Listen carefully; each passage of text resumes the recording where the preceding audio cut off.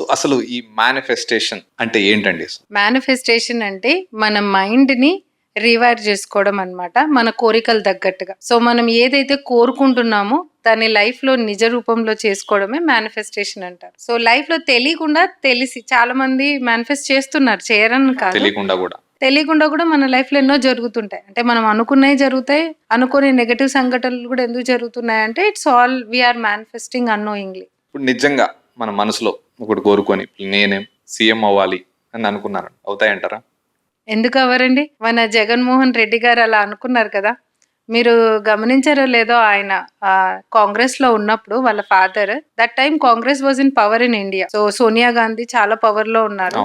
ఆ టైంలో వాళ్ళ ఫాదర్ చనిపోవడం జరిగింది. ఆ టైంలోనే ఆయన కాంగ్రెస్ వాళ్ళతో గొడవ పెట్టుకొని బయటకు వచ్చేసారు. అప్పుడు సవాల్ చేశారు, నేను సపరేట్ గా ఒక పార్టీ పెడతాను, సపరేట్ గా నేను సీఎం అయి చూపిస్తాను అన్నారు.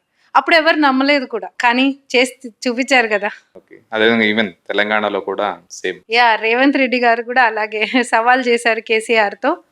తర్వాత 10 years తర్వాత ఆయన సీఎం అయ్యారు. సో మనసులో ఏది కోరుకుంటే గట్టిగా కోరుకుంటే సరిపోద్ది అంటారా? అదే సంకల్పం అంటాం కదా మన హిందూ సంప్రదాయంలో. గట్టిగా ఒక సంకల్పం ఉంటే ఒక మనిషికి, if you focus on that, అంటే ఫుల్ టైం మీరు దాని మీద లేజర్ ఫోకస్డ్ గా ఉంటే, మీ మైండ్ లో దాని గురించి ఆలోచిస్తే డెఫినెట్ గా దాన్ని మనస్ఫూర్తిగా కోరుకుంటే అవుతుంది అంటారు.